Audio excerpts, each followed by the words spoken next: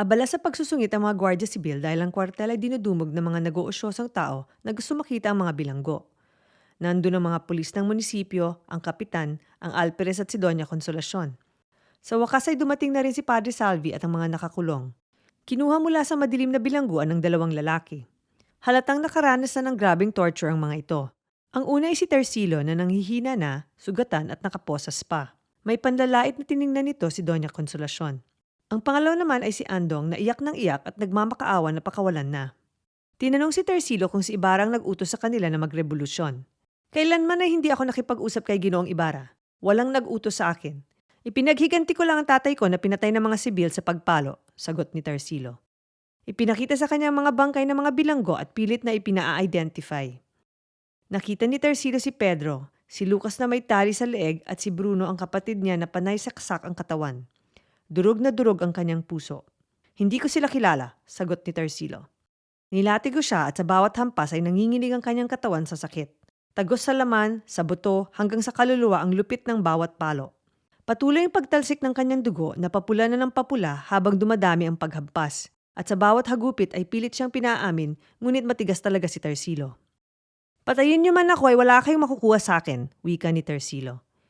Hindi na kayanan ni Padre Salvi ang nakikita kaya tumayo ito at umalis. Paglabas niya, nakita niya ang dalagang kapatid ni Tercilo na tumatangi sa bawat tunog ng latigo. Sunod ay pinakita naman sa kanya ang iyaking bilanggo.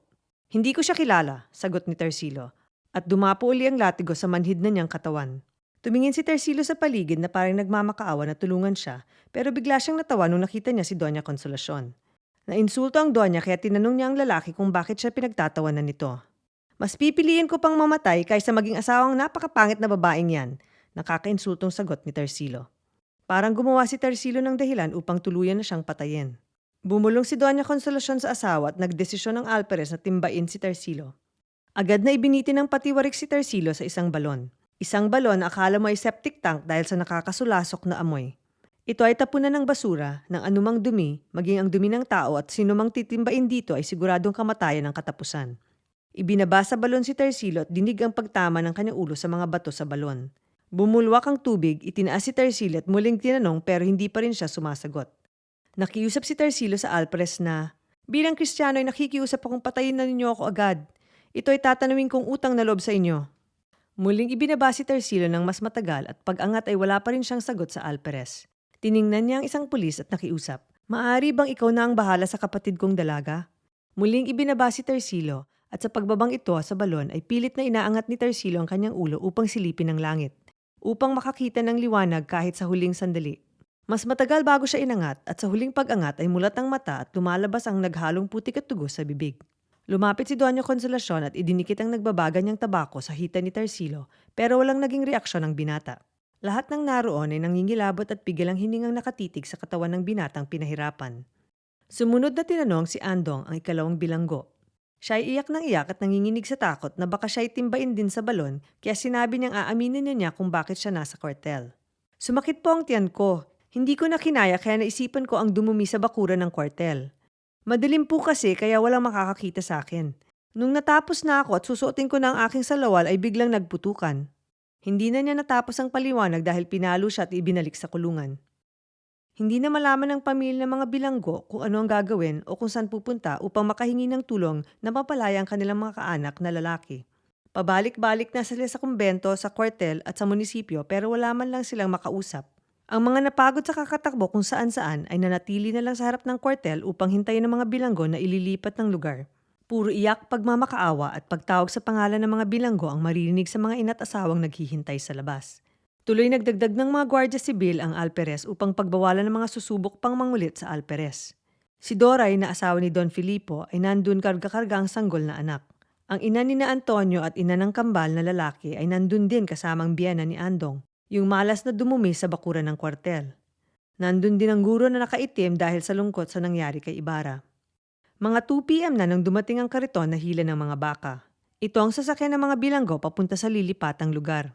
Binalak ng mga tao na gibain ito, pero mabuti na lang at napigilan sila dahil naisip nila na kapag nasira ito ay maglalakad pa ng malayo ang mga bilanggo nilang mahal sa buhay.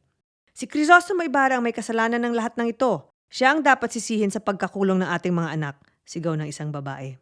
Sumang-ayon naman ang lahat kaya namuo ang galit sa puso ng taumbayan kay Ibarra.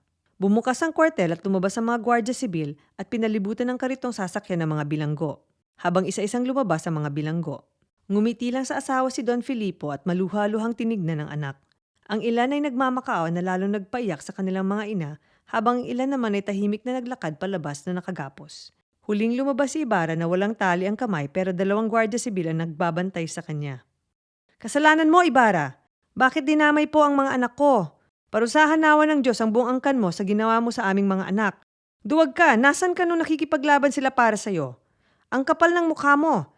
Ikaw na may kasalanan ang hindi pa nakaposas?" Sigaw ng mga galit na taumbayan. Inutusan ni Ibarra ang mga sibil na talian siya hanggang siko. Tumingin sa paligid si Ibarra upang maghanap ng kaibigan o taong nag-aalala para sa kanya, ngunit wala ni isa man lang sa kanyang mga kaibigan ang nandoon. Nakita rin niya ang usok ng nasunog niyang bahay, ang bahay na saksi sa buhay ng kanyang buong pamilya. Habang naglalakad si Ibarra ay may nambato sa kanya at sinundan pa ito ng iba. Ito ay kanyang tiniis. Bigla niyang naalala ang pamilya ni Elias. Naisip niya na siguro ganito ang naranasan ng kanyang lolo o ng kanyang tito o ng kanyang lola nung kinokondema sila ng lipunan. Ngayon ay dama na niya ang pag-iisa. Tinalikuran siya ng bayang kanyang minahal at inaalaya ng pangarap. Wala siyang kaibigan, walang nag-aalala sa kanya at wala na rin ang tahanan niya. Isang matandang may sakit ang nakatanaw sa pag-alis ng mga bilanggo. Hindi na kinaya ni Piloso Potasio ang mapuntahan pa si Ibarra sa kwartel, kaya sa kabila ng sakit at hirap sa paggalaw ay pinilit niyang tanawin ang binata habang nagluluksa ang puso sa mga nangyari. Kinabukasan ay nakita na lang na patay na si Piloso Potasio sa may pintuan ng kanyang bahay.